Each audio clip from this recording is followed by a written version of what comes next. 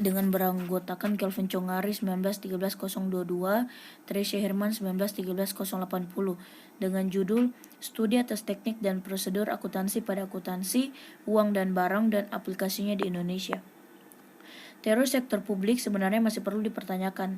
Mardiasmo menegaskan bahwa akuntansi sektor publik merupakan bagian dari ilmu akuntansi sehingga perkembangan teori akuntansi sektor publik sangat bergantung pada perkembangan ilmu akuntansi. Teori sektor publik memiliki kaitan yang erat dengan akuntansi keuangan terutama pelaporan keuangan pada pihak eksternal. Suatu teori dihasilkan dan dikembangkan melalui berbagai riset yang di dalamnya terdapat hipotesis yang diuji kebenarannya. Begitu juga dengan teori akuntansi harus dikembangkan melalui riset akuntansi sebagaimana telah dilakukan oleh CAP. Pada dasarnya terdapat tiga tujuan mempelajari teori akuntansi, yaitu pertama memahami praktik akuntansi yang saat ini ada, yang kedua mempelajari kelemahan dan kekurangan dari praktik yang dilakukan, dan yang ketiga memperbaiki praktik akuntansi di masa yang akan datang. Kendala informasi akuntansi dan keuangan adalah setiap keadaan yang tidak mungkin terwujudnya kondisi yang ideal dalam mewujudkan informasi akuntansi dan laporan keuangan yang relevan dan andal akibat keterbatasan atau alasan-alasan kepraktisan. Kendala dalam informasi akuntansi dan laporan keuangan pemerintah menurut Mardiasmo.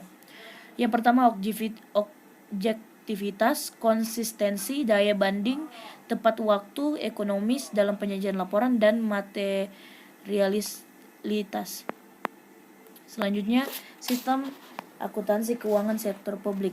Pada dasarnya akuntansi dibagi menjadi dua, yaitu akuntansi keuangan dan akuntansi manajemen. Begitu juga dengan akuntansi sektor publik dibagi menjadi akuntansi keuangan sektor publik dan akuntansi manajemen sektor publik. Dalam artikel ini lebih menekankan pada akuntansi keuangan sektor publik. Sistem akuntansi keuangan pemerintah berkaitan dengan ruang lingkup akuntansi keuangan pemerintah.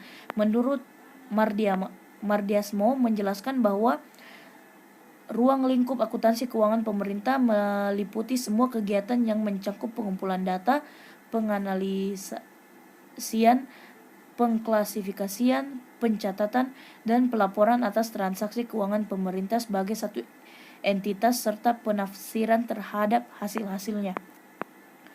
Teknik akuntansi keuangan sektor publik. Yang pertama, akuntansi anggaran. Yang kedua, akuntansi komitmen. Yang ketiga, akuntansi dana. Yang keempat, akuntansi kas. Dan yang kelima, akuntansi akrual. Implementasi teknik akuntansi keuangan sektor publik di Indonesia. Sebuah telaah kritis. Seperti yang dijelaskan sebelumnya bahwa kelima teknik akuntansi itu tidaklah bersifat mutuali, eksekutif, atau penggunaan salah satu teknik akuntansi tersebut tidak berarti menolak penggunaan teknik akuntansi yang lain. Suatu organisasi dapat menggunakan langsung kelimanya secara bersama-sama. Begitu halnya dengan pemerintah Indonesia yang menggunakan paling tidak 4 teknik akuntansi, kecuali akuntansi komitmen tersebut untuk tujuan yang berbeda. Akuntansi anggaran dilakukan oleh masing-masing entitas akuntansi sebagaimana yang tertuang dalam PP nomor 771 tahun 2010 tentang standar akuntansi pemerintahan menyatakan bahwa akuntansi anggaran merupakan teknik pertanggungjawaban dan pengendalian manajemen. Penerapan akuntansi di Indonesia sebenarnya tidak lepas dari istilah keuangan negara yang digunakan dalam Undang-Undang Nomor 17 Tahun 2003, Dana. Juga dapat disebut dengan istilah keuangan negara. Pada dasarnya, penggunaan dana atau keuangan negara hanya boleh dalam batas yang telah diotorisasi oleh pengeluaran guna tertentu. Tujuan setiap dana belanja harus dibuatkan anggaran, dan apabila anggaran ini telah disetujui oleh berwenang legislatif, maka plafon anggaran pengeluaran ini menjadi apropriasi. Seperti halnya di Indonesia bahwa penerimaan dan pengeluaran yang dilakukan oleh pemerintah eksekutif harus mendapat persetujuan Dewan Perwakilan Legislatif melalui penerapan APBN setiap tahunnya. Sistem pencatatan akuntansi di Indonesia. Sistemnya itu ada 3. Yang pertama single entry, yang dimana transaksi ekonomi hanya dicatat sebanyak 1 kali, dan transaksi yang menambah kas dicatat pada penerimaan, dan transaksi yang mengeluarkan kas dicatat pada pengeluaran. Oleh karena itu transaksi ini disebut juga sistem tata buku tunggal. Yang kedua, sistem double entry yang mengarah diberlakunya sistem tata buku berpasangan dengan melibatkan sisi debit dan sisi kredit.